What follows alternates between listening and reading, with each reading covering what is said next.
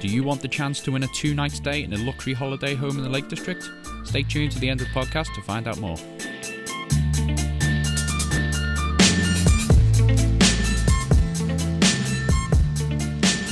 Hello and welcome to the Like-Minded podcast.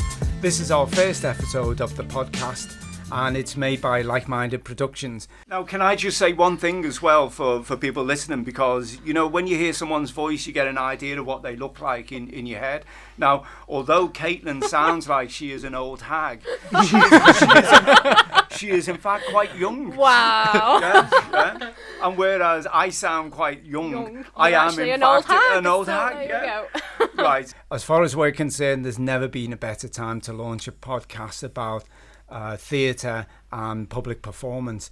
And over the next few episodes, we'll be interviewing a number of people from local theatre groups, public performance, and really we're here to inspire and reflect what's happening within the industry. Now, my name is Bob Towers. I'm a writer, actor, poet, and Like-Minded Productions put me on stage 4 years ago and they've held on to me ever since, and that's why they've invited me to co-host this podcast with Caitlin Bradley. Caitlin. Hello, yes, my name's Caitlin Bradley.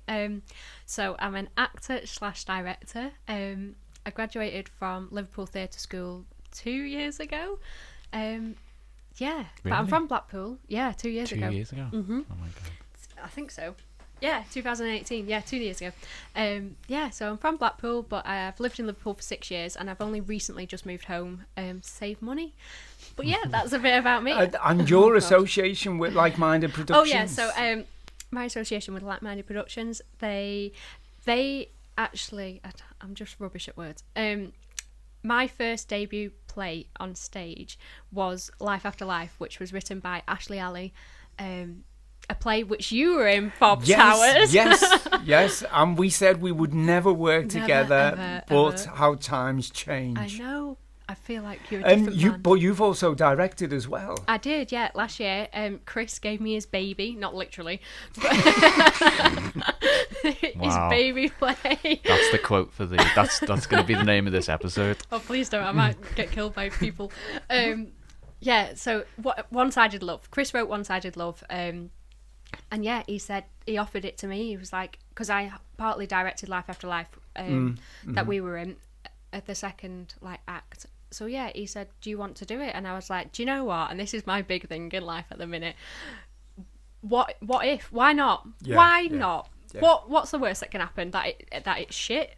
Fair enough. Probably was. Might be. No, it was brilliant. Oh, thanks. I'm kind of biased though. You have to say that. Yeah. Well, and let's introduce Andrew, the third person in the room, our producer, tech guy, and person who does everything. Yeah. Welcome, Andrew. Thank you, Bob. I'll be in the background for most of these, so this will probably be the only time that you ever hear me. Oh. Well, the good thing about you, Andrew, is not only do you set up all the techie equipment and the microphones and that, but most importantly, you make sure that Caitlin's whims are provided for. So thanks very much for bringing in the tulips for her dressing room. Not a problem. To sort out the M&Ms, the blue M&Ms. Blue M&Ms only, yeah. Because the rider is very extensive every time. Even on the productions, I mean, Life After Life, I've never worked with such a diva. No. It's true what they say about gingers as well. It is. What's that? Gingers. Ginger. You just wanted to add that in, didn't you? Yeah. But yeah, Andrew, Like-Minded Productions would not be Like-Minded Productions without you, because I'm sure you get 20 million emails off of Chris Woodward every day. Yeah, he's probably trying to phone me now, right actually, now. because my phone's buzzing. So, it probably is. His ears are burning. But yeah, you are the producer, the editor, website person. You are just everything, aren't you? Yeah, I'm the guy who you probably see me running around before the shows, sweating, stressing, just trying to make sure everything's in the spot that it's meant to be in. I feel like you bring us down to earth as well, because Chris is like, yeah, we're going to have this and we're going to do that, and you're like, no, we're not. We can do it. Let's think about that for a second. But yeah, so I try to keep him grounded. He's probably the biggest thing I've got to produce. Everything else is fine, but I've got to just give him his Valium for his heart. Well, we are a sure he's all multifaceted right. team, and we have a number of roles to produce and in this, and yours is essential. I think then what we're going to do over the next few weeks is grab in people that we know, that we've seen, that are within the performing arts on Merseyside or in the Northwest generally. And I think really what we want to do is focus on people who are doing something different, doing something innovative, and really to concentrate on what motivates them, what inspires them, where did they get their ideas from, particularly because we want to say to other people who are looking to get into the art, you can do it. You can do because, it. my God, if we can do it, Anybody can. And that's the secret. Yeah. But also, with yourself here, Andrew, as well, is about all the roles that there is within theatre and within production, because a lot of times people just see the actors on the stage, but there's all those kind of functions behind, that go on, you know. It's not just about actors. Right. What I want us to do is move on to our guest now, because we were talking a little bit earlier about the effects of the pandemic on the performing arts, and I want to bring along someone who's very much kind of knowledgeable on that area, and his name is David Smith, and David is from Adlib Audio, and is very much involved in the red alert, saving our venues, all that. So, David, welcome. Hello. David, would you would like to tell us a little bit about yourself, about how you got involved in the performing arts and what you're doing at the moment? I've always, probably since I was about 14 years old, I always wanted to be part of it in some way. And it's probably actually when I was about 14 I decided that like the technical side was going to be my way in. And I just started volunteering around little venues around Liverpool, started volunteering with theatre companies. So first show I ever designed for was Bat Boy the Musical with What We Did Next Theatre Company, which are a musical theatre company based in Liverpool. I worked with them for a couple of years doing bits, and this was while I was doing my A-levels. What was your role in that? So I was the lighting designer for that, and operator and programmed it, all kind of stuff. And I kind of just really got the bug, I think, with it. And then followed it on. I then went to study theatre and performance technology at LIPA in the city, which is an amazing place, and the people I met there. But so I was trained in theatre and live events, but the live event side was always kind of where I wanted to go. Even taking a step back from LIPA, from when I was in primary school, I don't even know you still do work experience now, but I went and did work experience at Adlib Audio, who we provide sound, lighting, video, rigging, everything really to do anything from a small kind of gig in a pub to full stadium arena tours all across the world. So and then once I left uni 3 years ago, I think now. Oh my God, you're just a boy. I know, just a boy. Just a boy, yeah. I went and started full-time with Adlib as an engineer. Can you tell me, because there'll be people listening to this podcast that have no idea about the kind of behind-the-scenes jobs. Tell me about the kind of careers there are backstage, behind scenes that we call it, and also what the hours, the contracts. Tell us a little bit about the details of that. Yeah, well, I could try and name every single job, but I think the key thing that we're on at the moment, that it takes around 400 people to get an arena show going. But personally, what I'm a lighting engineer, programmer, operator, and a designer. So my world's all within the lighting. So yeah, I think the long days, long days. So for a standard arena day, you're looking at 6 a.m. wake up. We chalk the floor and then the trucks tip. Because I guess a lot of people don't even realise with most arenas, large venues, there's no kit there, there's no equipment. It's an empty, it's a blank space for us to come in. So yeah, all the trucks get tipped. It all gets put up in the air. We test it all. Normally go for a nap in the afternoon. Oh, I see. But then, people like Caitlin, who are performers, just turn up with 10 minutes to go. Yeah. But you guys have Probably been there easy, since 6 o'clock in the morning. But that's the thing, really. None of us really who are technicians are the kind of creators. We don't want to be on that stage where we live to kind of just put it in, get it done, and we like the whole thing. There's obviously been a lot on Facebook at the moment with everything that's happening. I saw a great thing of it's completely gone there. You fiddling around with that I iPhone. waffled. Sorry. 2 minutes of mine. Well, I know. But it's like what we're doing is we're creating memories for people. That's where I was getting with it. Amazing. Like, you know, people come. You know, when you book a ticket to go to an arena show, you spend that whole, you know, could be months, could be weeks waiting to go and see your favorite artist, your favorite comedian, whatever it is, and you turn up. You know, you're in work that day. You're getting excited. You know, you finish work about 5 o'clock. You go for a couple of beers, couple of drinks, maybe some food. Then you get to the arena. We've obviously been there. We've set it up for you. It's ready for you to just come and release everything. Just experience live music, live theatre, whatever it is. Like, there's no better feeling that I get as an engineer, and I get to do it every night. Is when, like, you know, the house lights go down, and there's that second of going. This is because for us, obviously, we see it every night. You know, we know the script, all that kind of stuff. But it still doesn't get old. The minute those lights get down, you get the shivers. You know, my thing as well when I'm an operator and programming, so I'm out front ready to start the show. If I don't get nervous, I know I'm not on. I'm not going to be on the ball. Like, I still need to get nervous. But yeah, there's nothing better. And the thing is, once the gig's finished, lights come back up, you're going home. That's a memory for you. But then we'll tear that hole down and go to the next city and make more memories. And I think that's the whole thing with it, isn't it? So if you've started at 6 o'clock, what time are you then finishing?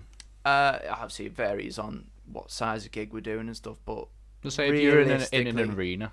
An arena, kind of, you're probably looking at, like, once you've had a shower and a quick beer, probably we're finishing about 2 a.m, 3 a.m. Wow, 6 long days. And then obviously the glamorous thing of, people think these, tour buses are amazing, because I used to think that, but realistically you're in a 6-foot coffin going down a motorway. So, you're not, a bit of sleep, but that's the thing, like, we don't do it for, the money. We don't do it because you wouldn't pick this job, like, we've all got friends and family. I spend probably, I don't know, 80% of the year away when we're in normal setting, Really that much? Touring and stuff. And I love it. And it is horrible, you miss family parties, you miss your friends, your engagements, you miss everything. I can see it as Andrew's looking at me. Like, you have got a wedding to go to next year. I don't live with him anymore, so you weren't expecting that way. You weren't. Well, I've spent the last 25 years with him, so I'm kind of used to him. I won't forget what he looks like. Put it like that. Yeah. Can you tell us a little bit about the type of employment that there is? Because we hear that a lot of people are self-employed. Very few are on kind of permanent contracts. So like I'm full-time. I'm a full-time employee on a contract, but it's around over 72% of the live events industry is freelance. Right. Just because it's the nature of how it all works. Yeah, but that means that people need an event or they don't get paid, and that's the situation we're in now. And for a lot of freelancers, they kind of have to get like they're working back to back, especially through the summer season, which when you're recording this, we're still bang in the middle of festival season. Yeah. And most companies and freelancers, you make around 50% of your yearly income over festival season, because it's just back to back. It's the main time of the year for us, to be in muddy fields and all that. But So, what was your favourite tour and why? That's the number one question. There was something on the radio the other day where they were saying, what's the question you always get asked in your work? And it is always that. What's your favourite gig, favourite tour? I don't know, like probably the one most recent being the favourite is the I work a lot with Jerry Cinnamon. Yeah. So I've worked with them for about 3 years, and we've gone from we went from like academy shows, and it just blew up, because a lot of people don't know him, but then a lot of people really know him. But what made that special for you, though? I think it made it special because like it was probably one of the first tours where it kind of became like my kind of client kind of thing. Like I really love working with. So I work very closely with Pete Hutchinson, who's the lighting designer for Jerry and the production manager, and we worked together for probably 3-4 years now, and we've kind of like, and it's just grown from being like a small academy show into then we've done full blown arenas. Like this year was meant to be absolutely insane. We'd sold out Hampden Park up in Scotland. Wow. It's going to be the one of the largest outdoor shows in Scotland ever. And it's just really exciting to be part of something when it's growing, and we're starting to make what the show is going to look like. And it's a really great team of people we work with. I guess that's the other thing, you know, everyone I work with, I don't think I'd refer to them as colleagues. Like they're all friends, they're all mates. We get on because we spend so much time together. There's that kind of, you know, cliche thing of going, you know, they're not my colleagues, they're my family. But they realistically, when we're away for months on end, then we do become a family. You know, Yeah. we sleep, we drink together, everything. You know, we work together. I was weird that I put drink before work. We do. That's the way it goes. Just back to this Cinnamon show, didn't you have to make something to go over all the electrical equipment? Yeah. So it's quite a beery gig. Is Jerry gig. If you've ever been or seen them, it's a very flary, beery show. So yeah, I'm out front with Pete during the show, and obviously our lighting consoles, sound desks, video mixers, they're all very expensive. Right. And audiences don't realise that, I guess, when they're throwing their £8 pint across an arena. Okay, so tell me this: people are throwing ale at the stage at this point. Stage everywhere, each other, us. Okay. So yeah, we've had to we've manufactured a load of acrylic covers now for our consoles. Wow. So it's kind of like I think the next step would be to be like full surgical vacuum unit where you just put your hands in to use it. Wow. But yeah, like I just started wearing shorts and I say start wearing, but only wearing shorts and t-shirts at front of house because I'd be drenched by the end of the show. Oh my god. But you know, it's that saying: if it's cold, it's all right. And it hits you, you know. Yeah, that's just the way it is. I want to explore the stuff with you about the coming back of live events. You were, before we started the podcast, you were telling me something about the profitability of kind of making ends meet when you're running a live event. What's your views on that? So a lot of data is being released by Plaza, who are forming the We Make Events campaign. Plaza is Professional Light and Sound Association, and they're doing amazing things. But some of the stats that they've kind of released now really kind of hit home to what, with all this kind of reopening and stuff.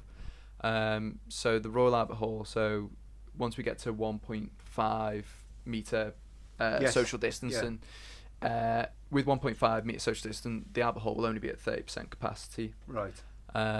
It takes, I think it's 60%, 65%, I think it was. Yeah, 60%. For the venue to break even alone. Right. You know, because then you're talking security, caterers, cleaners, stewards, and that's everything. without the cost of the artist. That's without the artist, and that's Right. then without production. So then it's it needs to be at 80% capacity for the promoter to make money and to break even. That is because a lot of these kind of large scale shows, arena shows, they need to be sold out houses to make money, and sold out night after night in some occasions. And you know, there's a lot of tours that go around that are only just making it, because there's so many overheads, you know, and like we all know, we've all been to arena shows, we've all been to theatre shows, and you know, you look at the ticket price and you have to kind of weigh it up, but the level, like the cost of the venue, the crew, like I say, there could be, you know, there's 400 people working for that show. That's obviously office staff, manufacturers, the supply chain. But there could be 150 plus people touring. with that, moving it around, you know, and it's expensive to do it.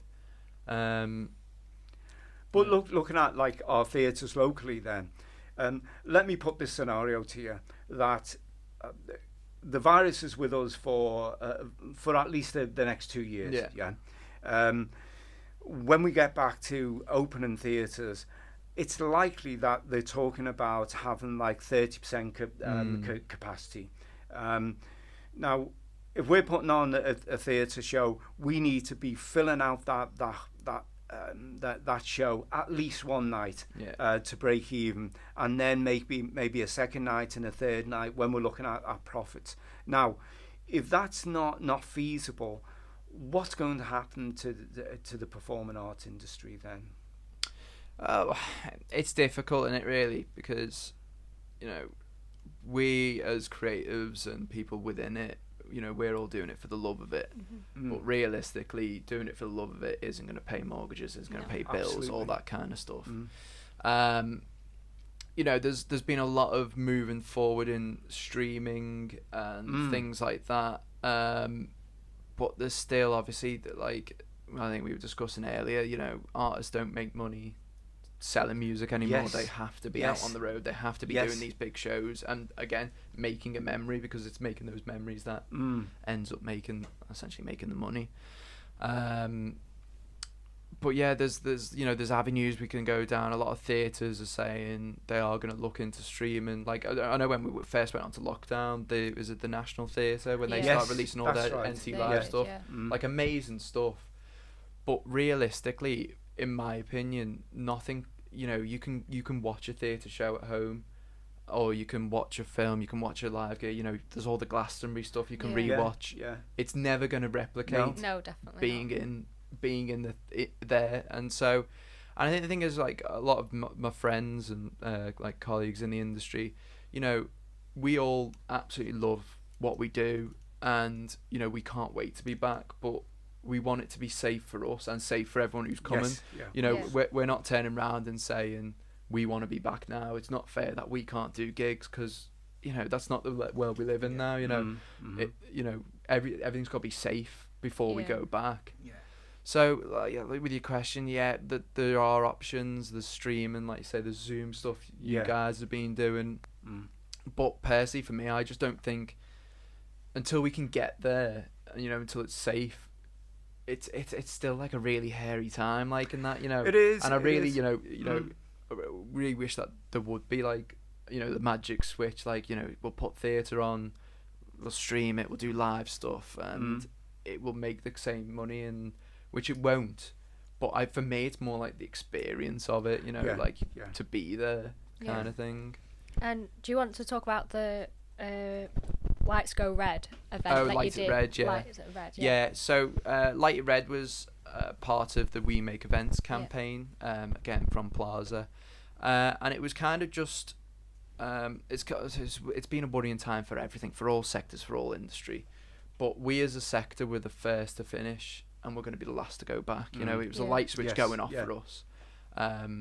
Like for me, when the light switch went off, I was on tour. I was 4 days into a new tour, and we just I'd woke up in Belfast Arena, got up, was about to go chalk the floor for all the points and stuff, and the production manager came out and was like, probably just go for breakfast, which that never happens. It's never just you just knew go for something breakfast. was wrong then, and that's when we kind of got told the tour's being pulled, for the fact that the artist they were an American artist, they'd already flown back to America, because it's when Donald Trump had kind of turned around and gone, we're shutting the borders and everything, so they just obviously were like, we need to get home.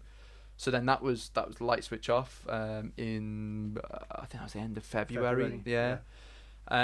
So Plaza kind of got together with a load of the like major companies, major freelancers, and representing all of us in the events, to kind of just go with furlough finishing, you know, the next 2 months and the end of October, isn't it?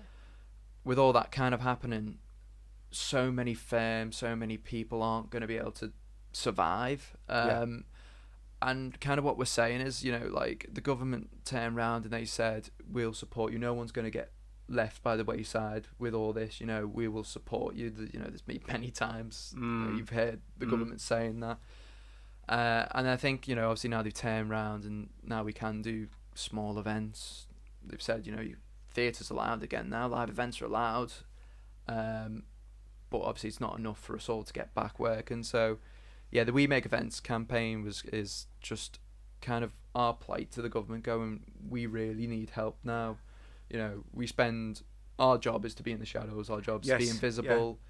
You know, if you see us, something's gone wrong. Yeah. You know, you only hear about us when something goes wrong. You know, you go to a gig and go, oh, that sounded awful, or didn't see them, or, you know, the video wall wasn't working, blah, blah, blah.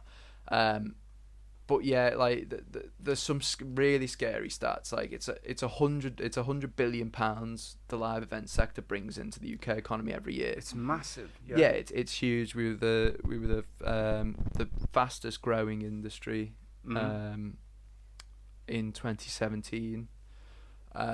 So we bring in so much, and it's not just bringing money in. Like I say, it's the experiences. It's, you know, all this, like, because you know, society's not anything without the culture. Well, exactly, all that kind because of stuff. You know, what would it be like if a society without culture? Yeah, well, exactly. And but yeah, so the Light Red event happened a couple of weeks ago. There was over 700. I think it was over 700 event spaces, venues, companies lighting up their buildings, lighting up their vehicles, lighting them all up in red. To kind of just say, look, we are here. You know, there's over 600,000 people who work in the live event sector in the UK, and like the stats of what's going to be happening over the summer. Like, I know for the fact the firm that I work for Adlib, we're looking at a potential 1/3, I think 30% of the company being made redundant. Really? Imminently? Yeah, in the next couple of weeks, really, without the furlough scheme, because, you know, they're saying it's around 70. Well, most companies are losing 70% to 100% of their income for the year. Yeah. And you know, it doesn't take a mathematician to realise if a company doesn't make any 100% of their income for a year, it's just not going to survive. Yeah. You know, it's not an endless pot of money around, and you know, really what we need, what the whole We Make Events thing is for, is just going, you know, realistically, we need furlough extended. We need grants, not loans, for the companies. Yes. And more importantly, I think, is just the support for the self-employed, because they're the ones that are really, really struggling. Yes, and they're the ones who miss out most in terms of those support. A lot of it as well is being worried about the skill gap that will come about. A lot of people in the industry have, you know, been to uni or they've trained for years, because you know, uni's definitely not the option always to go into. It's the way I went, but it's realistically it's not the best option to get into the industry.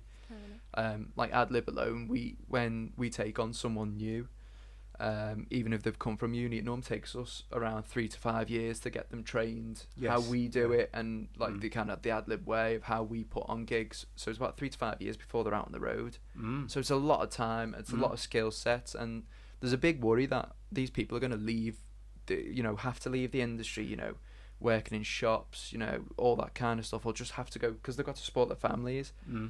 And we're going to lose those people, because by the time we actually go back, it's going to be a major risk for them. Where are the people? Yeah, when we go back? You know, it's going to be a major risk for them, you know, coming back to it. And, you know, there's also the thing of, you know, they might then get this new life of, you know what, I get to see my kids every night, you know, I get to see my family. So they lose I can do everything, you know, I'm not sleeping in a coffin going down the M6. Side point, whoever made rumble strips on roads, they never thought of us. They really didn't think of us.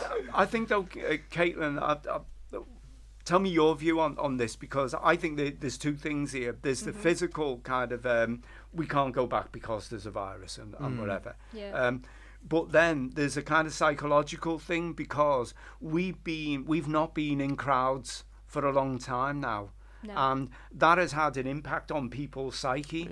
And people do get freaked out when they're with a crowd, when they're in a crowd. And I think if we said, okay, venues are open tomorrow, would you go? Because you think that, well, hang on a sec, how safe is it? And really, if I'm sitting shoulder to shoulder by someone, and they suddenly sneeze or cough, Yeah. I'm going to be freaking out.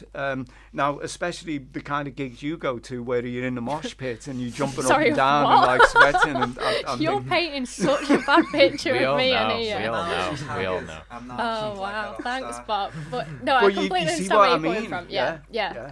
It is a nerve-wracking time, isn't it? I wouldn't go to. I'd definitely go to theatres, and that's the thing that's really annoying me. You can go sit in the pub with no face mask on, right? Don't get me started. And sit and drink whatever till whatever time, and then you can't go and watch a show which will be like further away from you, and sitting in responsible seats with a face mask on, and yet you're not allowed to do it. Yes. I just think it's stupid. Well, when you think about it, if you're on an airplane, you are sitting closer. Well, even closer, You know, but you're allowed to go. But you're there. allowed to go. But we can't do that with it all comes back to the businesses that are running the theatres not making any money from having a third of the seats full. Yeah. It's and that's the viability issue that David was talking about. Yeah. I think though, David, from what you're saying though. There's going to be some kind of hibernation where we're just not able to do some stuff at the moment. But then there will be people who are doing kind of things online, doing things in a different way. There's the socially distanced stuff that's going on. So I think that this will affect us kind of long term of definitely. What it's going to look like. It's trial and error in at the moment. Like it's difficult. There's so much there's been like potential driving gigs and stream and stuff, and now there are like some socially distanced like gigs and concerts happening, and I think we've just got to. It's a new way of thinking, isn't it? Like we've got to rethink the whole way we work and stuff, and kind of jump through the hoops and stuff, because it's not going to last forever. Yeah. Eventually we'll be back. We'll all be back. Festivals, gigs, theatre. It will come back. But yeah, it's just finding like the magical kind of, I don't know, like recipe into how we do it at the moment. Yeah. And it's the bridges between now and then. And again, like it's a sad thing because it comes back to money. Because like it's the balancing act, because like as much as we all want to be out there doing it, you can't be doing it for free. Yeah. And like you end up in a worse position kind of thing, I think. But it falls a long way down the slope as well, because I know Adlib makes a lot of their own equipment, but these big companies like Adlib have to go and buy have to go and buy sound equipment. Sound, like how much everything. did Adlib spend?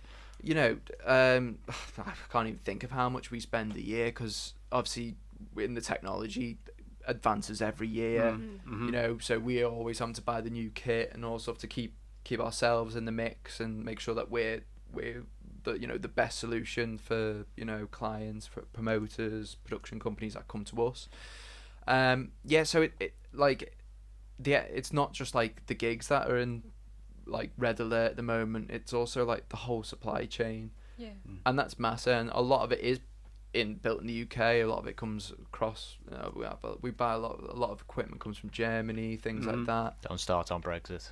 Oh no, definitely. Don't start on Brexit. Well, that was. I've got a lot to say on that. That's another episode. I'll come back to that one. Podcast. I'm not. Won't shame our current government for all their misdeeds in the past couple of years. Move it on. But so it's a full supply chain. And they're all at risk. A lot of the companies, they're still kind of keeping their R&D departments in. They're still kind of creating and developing new stuff, because again, they can't let it fall by the wayside. Okay, let's finish on this then. What would your message be to people who are in the kind of backstage of performing arts and live events? What's your message of hope for them? I think well, it's quite funny because it literally just come to my head. We've a couple of me and my friends and colleagues have kind of come up with that, what do you call a collective of like roadies, and we've decided it's called a moan, because we as people we love to moan. Like it could be the best day ever and we'll still moan. The first gig we go back, we'll all be moaning. We'll be moaning that we're tired. We'll be moaning that this, that, and the other. I've been told to move that light and truss 4 times now. Nothing's good enough. you know, I think that's probably my thing. You know, we all will be back moaning eventually. We'll be back out there, you know, getting to tour around, getting to do, you know, those gigs that change people's lives, make amazing memories. You know, we've just got to get through this time. Yeah. And, you know, fingers crossed, the work that Plaza's doing, the work that all these kind of company bosses, managers, because I've got to say, I am probably one of the luckiest people out there for the company I work for, working for Adlib. Andy Doherty, sorry, I should say his full name, is our MD, and he's been honestly amazing throughout this whole thing. He's really fighting. You know, the one thing he'd never want to be a politician, but realistically he's having to be. Like, we're in this position where we're having to really just go to the government and be like, you know, really, can we just have just a little bit of help now? And just to get us through, and then, you know, we'll be back to like the world leading, because we are in this country, like, for theatre, for everything, we are world leading, and I think that gets forgotten about a lot of the time, like, you know. But yeah, you know, we will be back. You know, when it does come back, we'll all be knackered again. We'll all be tired. I think that can be a kind of bonus, because everyone is sick of watching box sets and TV and everything. So it could be that the doors are open and everyone kind of goes back. I think it's going to depend on the age range as well. Actually, when we do go back. Why'd you say that? I think I was saying, obviously, it varies in age ranges. I think 50s are meant to self-isolate. You're not meant to be here. You're too old, Bob. Sorry, carry on. There's going to be, like, you put certain gigs on, people are going to be there. Yeah. You know, and, like, you know, we're certain, like, as a company, that, you know, once it does go off, it's going to be mental. Like, it'll get back fairly quickly, I think, personally, like.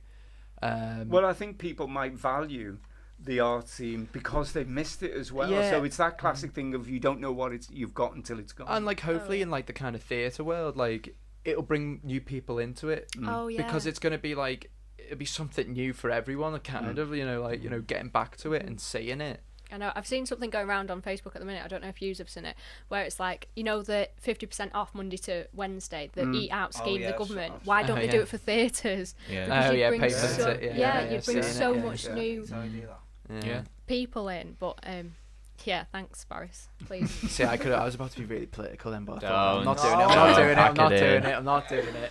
He's left his high horse outside. No.